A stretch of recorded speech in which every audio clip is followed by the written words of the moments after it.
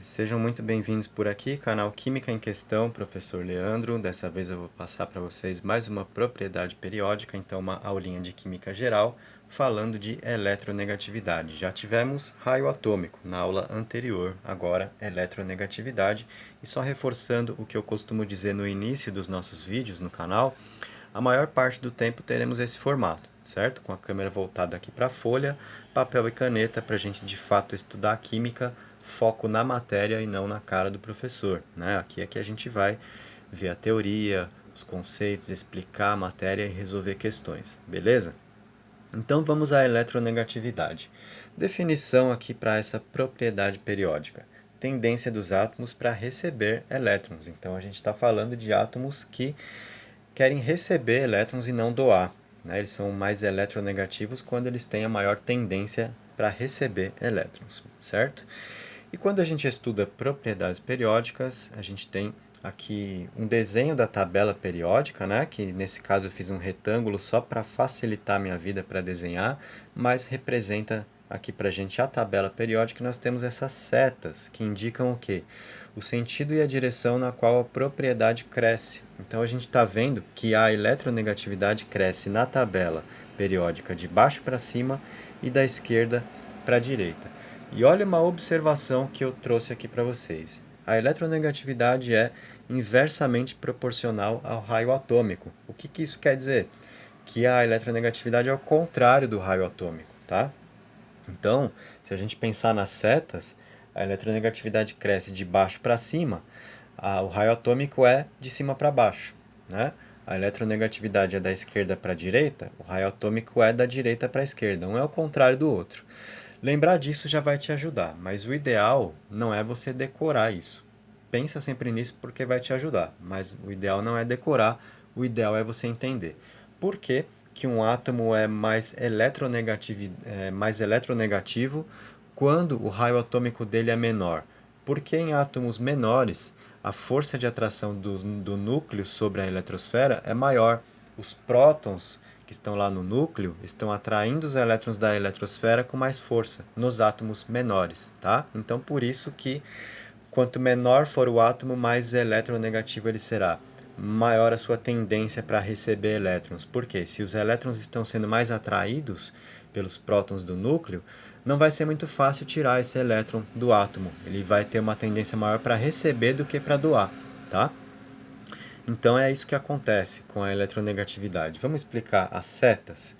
Por que cresce da esquerda para a direita? Se a gente pensar nessa linha horizontal, a gente está falando de átomos que estão no mesmo período da tabela, ou seja, todos eles ali com o mesmo número de camadas eletrônicas, tá? Então o que está variando na linha horizontal? Está variando o número atômico, né? Átomos com o mesmo número de camadas que estão aqui na horizontal e está variando o número atômico, está aumentando o número atômico na tabela da esquerda para a direita, certo? E se está aumentando o número atômico, significa que está aumentando o número de prótons no núcleo dos átomos, significa que esse núcleo vai atrair os elétrons da eletrosfera com mais força. Por isso que a eletronegatividade cresce da esquerda para a direita, né? Porque está aumentando o número atômico, o núcleo atrai a eletrosfera com mais força. É mais difícil tirar um elétron desse átomo. Ele vai ter a tendência maior a receber do que a doar, tá?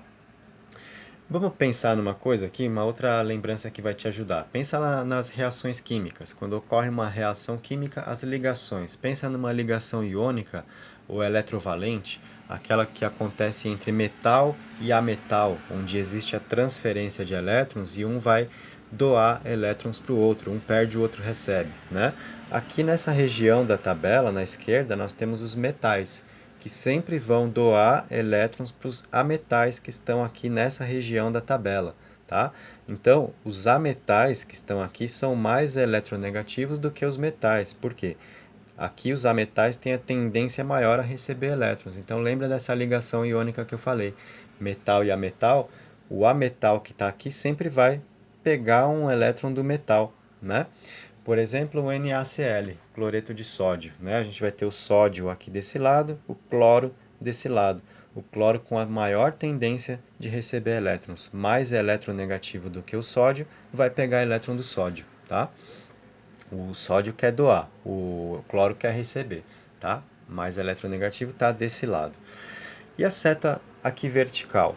Ela está indicando para a gente o quê? A variação no número de camadas eletrônicas, né? Se a gente está subindo na tabela, o que está acontecendo? Está diminuindo o número de camadas, tá? E aí, se diminui o número de camadas, o átomo é menor. Se ele é menor, ele é mais eletronegativo. Por quê? Porque aí as camadas eletrônicas que ele tem, aqui na parte de cima, estão mais próximas ao núcleo. O núcleo está exercendo maior força de atração sobre os elétrons da eletrosfera, então esse átomo não vai ceder elétrons com facilidade, ele vai ter maior tendência a receber, ele é mais eletronegativo, tá? Então por isso que a eletronegatividade cresce de baixo para cima, porque de baixo para cima está diminuindo o tamanho do átomo. Se diminuiu o tamanho, aumentou a eletronegatividade, certo? Então é assim que a gente consegue explicar esse conceito aqui para vocês. Vamos olhar uma questão respondendo aí então sobre esse assunto eletronegatividade. Aqui eu já até coloquei, né, um andamento dela. Olha só o que a questão está dizendo. A tabela seguinte fornece valores de eletronegatividade de 4 elementos químicos, todos do terceiro período da tabela periódica. Então, se esses 4 elementos aqui, né, cada um deles com o seu valor de eletronegatividade, estão no mesmo período, o que significa que eles têm o mesmo número de camadas eletrônicas. Vai variar entre eles o número atômico, né? Número de prótons no núcleo, beleza? Então, aqui para a gente responder isso, se uma questão como essa cai na sua prova, e caso você não possa consultar a tabela periódica, veja que a questão está te exigindo um conhecimento da tabela, tá? Porque você vai ter que se lembrar de algumas coisas aí. Olha o que a questão pede. Então, ela forneceu para a gente essa tabela, né, esses dados aqui, e pediu o seguinte. Um desses elementos é o cloro e o outro é o enxofre, que estão representados respectivamente por. Então, como eu falei, você vai precisar do conhecimento da tabela para quê? Para se lembrar onde está o cloro e onde está o enxofre na tabela. Isso vai te ajudar, né? Se a gente se lembrar do cloro, ele está onde? Lá na família 7A, ou grupo 17, que são os halogênios, certo?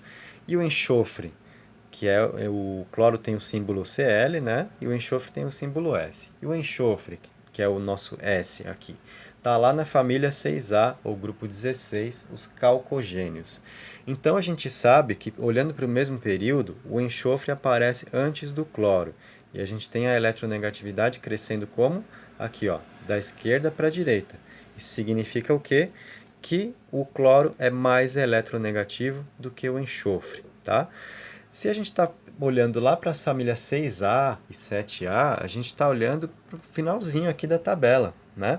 Para o lado mais eletronegativo dela. Então, desse lado, a gente terá os maiores valores de eletronegatividade. Então, a gente tem que olhar para os maiores valores aqui dessa tabela, desse quadro fornecido pela questão, né? Os dois maiores valores, consequentemente, serão do cloro e do enxofre.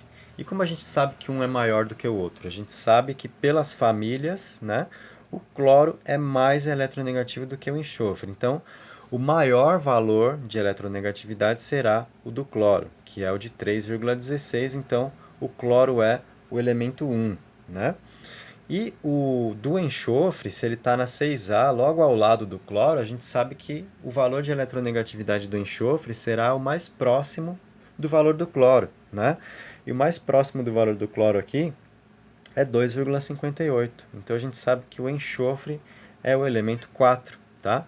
Então, cloro é o elemento 1, o mais eletronegativo desse quadro aqui, e enxofre é o elemento 4, o segundo mais eletronegativo, tá?